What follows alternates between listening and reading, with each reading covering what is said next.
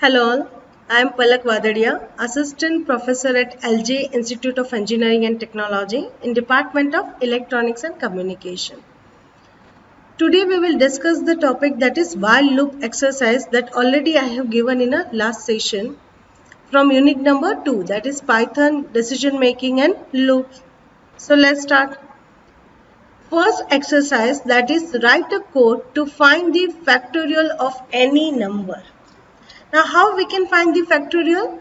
It's a simple, suppose if I want to find out the factorial of 4, then it's a what?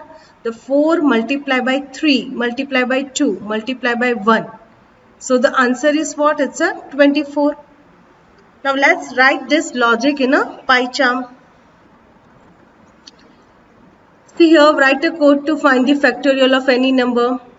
As I discussed, here the user will enter the number and then code will find the factorial of that number.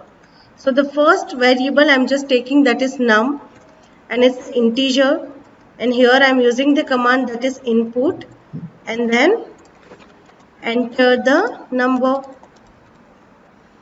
Now using this input command, user will able to enter the number, and then I am just initialize the one variable, that is fact, that equal to 1. Now I want to write a one loop, that is while loop. In while loop the condition is what?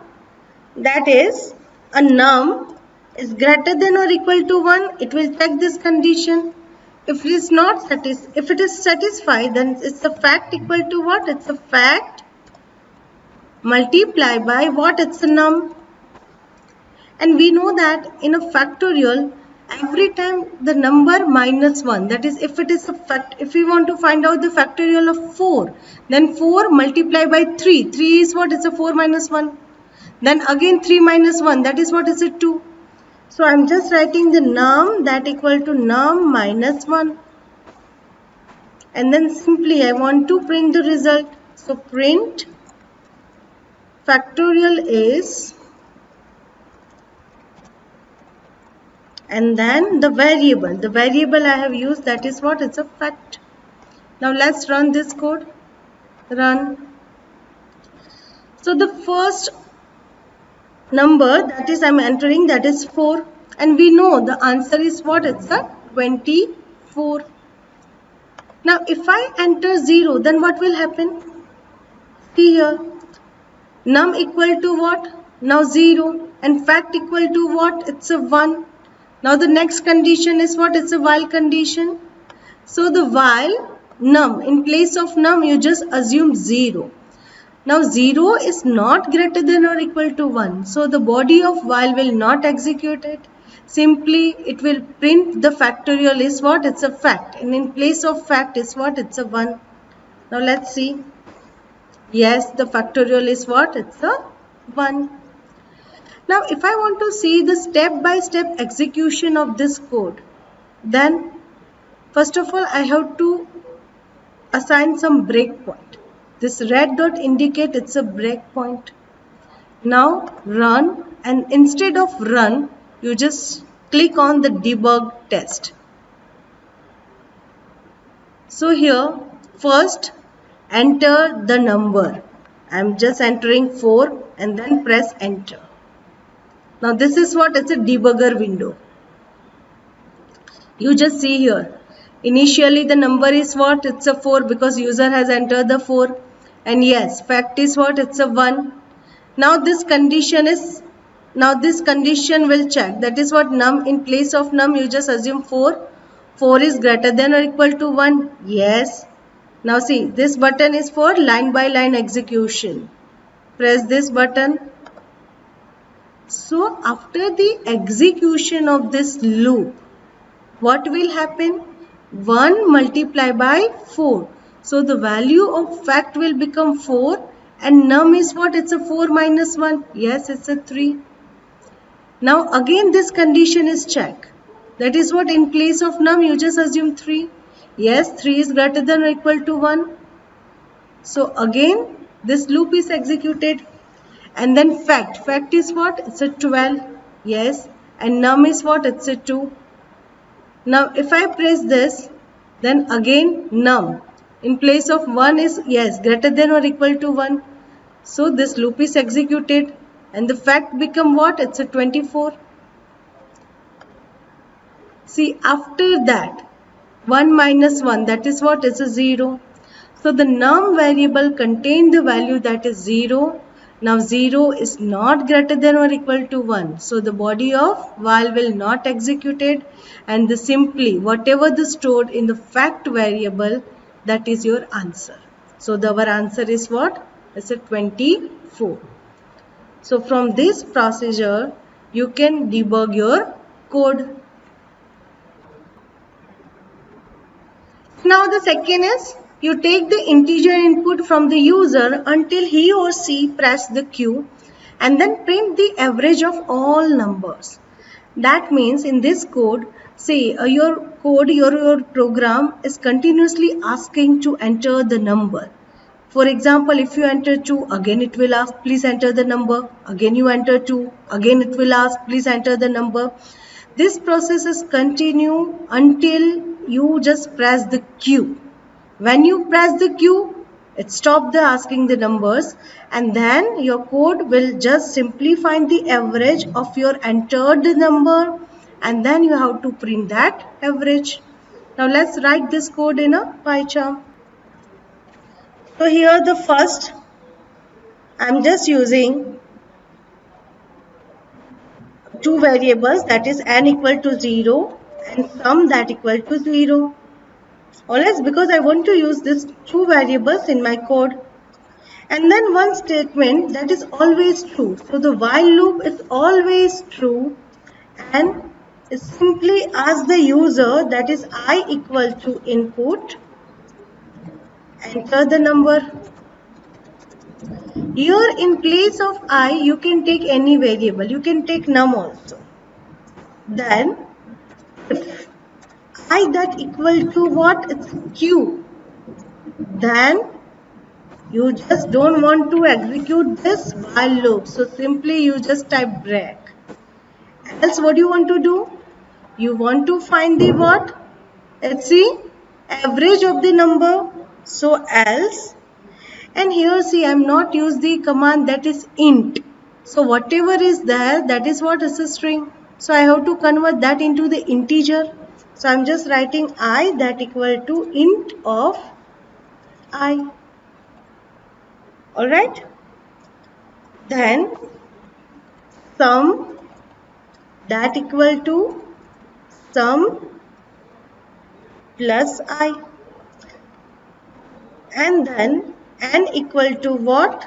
It's a n plus 1. Okay. And then simply we want to print our answer, that is print sum divided by n, because what? We want to find out the average. Alright. Now let's execute this code. Here we just forgot to do this. That's why the error is occurred. Run test. So first it will ask enter the number. For example, I just entered 2. Again it prompt, now enter the number, that is 2. Now again it will prompt, simply I just type Q. Then yes, the execution is over. And what it is, find the average of this two number, that is 2 plus 2, 4. Again 4 divided by 2, average is what? It's a 2. That means our code is perfectly right. See, I'll show you the execution of this code. See here. See, first of all, the user has entered the I equal to what? 2. Okay, that is if I is equal to Q. No, this condition is not true. So what will happen? The program goes to the else part. In the else, your 2 is converted into the integer, and then sum equal to what? It's a sum plus I. Initially the sum is what? It's a 0. So now this sum variable contain, that is what? 0 plus your number. So it's a 2. And your n variable. that contain what?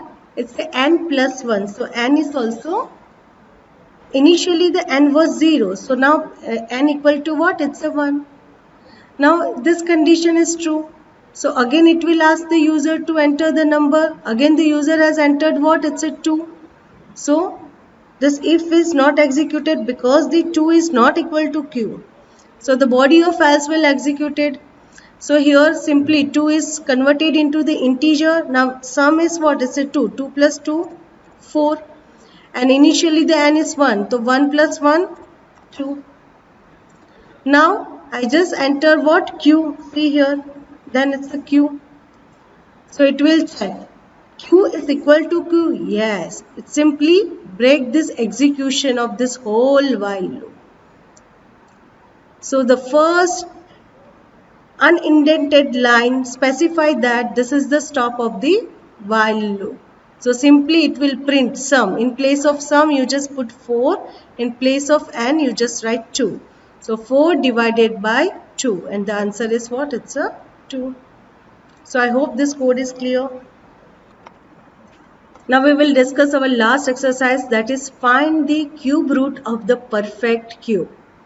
That means if the user will enter the 27, then your answer should be what? It's a 3 because the cube root of the 27 is what? It's a 3. If the user will enter the 25, then simply print that is not a perfect cube. Alright. So let's write this code in a PyCharm. See in this code what I'm just trying to find out the cube of each and every number. That means the cube of 1 is 1, cube of 2 is 8, cube of 3 is what? 27. And after that, I'll just compare the cube of that number with my number. If it is the same, then I'll just print the answer. If it is not same, then simply I want to print that it is not a perfect cube. So I hope the logic is clear. So first of all, I just use the one variable that is x, and x equal to in, and then input, that is enter the number. Now I'm using a one variable. For example, it's answer. Answer initialized with 0. Now as I said, I want to use the one while loop to find out the cube of every number. So answer raised to 3. And if I compare, it is less than my x. If it is a yes, that means I'm just writing I want to find out the cube of the next number. So answer equal to answer plus 1. So initially वो answer equal to what? It's a 0. So 0 is less than our number. Okay, yes. Then you just increase by the 1. Then again 3 is less than your number. If it is a yes, then again you just increase. So likewise you can find out the cube of every number. Now what I have to do?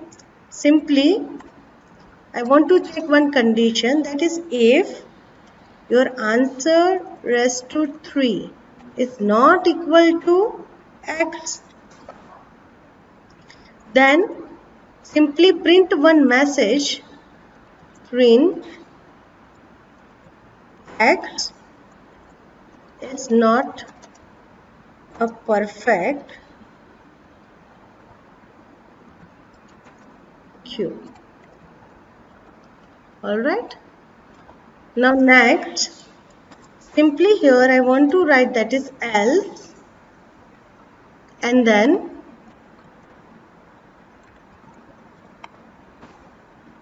print the answer.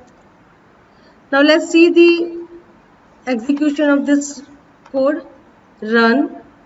If I enter 27, then the cube root of the 27 is what? It's a 3. Yes, it's a fine. If I enter here 8, then answer is what? It's a 2. Yes, it is also right. And if I enter 5, then 5 is not a perfect cube. Alright. Now let's see the execution of this So first I'll just one break statement over it while, if and else. Now let's debug this code. Debug test. So first of all, I'm just enter the one number, that is what, it's a 27. Now I'll see the step-by-step execution. Here see our number is what, 27, and answer is what, it's a 0. So 0 raised to 3, answer is 0. That is definitely less than 27. So this will execute it. That is what, answer equal to answer plus 1. Let's see this. So now see, answer become what? It's a 1. Number is as it is, 27. Again it will check. 1 raised to 3. Definitely is what? It's less than 27. So again this while loop is executed. So now new value of answer, that is what? It's a 2, because it increased by the 1. Again 2 raised to 3. It's what? It's a 8. 8 is less than 27. So again this loop is executed. So now the answer value is become what? It's a 3. Now 3 raised to 3, that is what? It's a 27. Now 27 is not less than 27, it is equal to 27. So now the execution of while loop will stop. It will check the next condition, that is if answer is what? It's a 3. 3 raised to 3, that is 27. 27 is not equal to 27. No, that condition is also not true. So simply it will execute the else part. In else part, it will print the answer, whatever the store in the answer. So right now what? It's a 3. See, stop the execution of while loop and simply it give us the answer. So I hope these codes are clear in your mind. Thank you.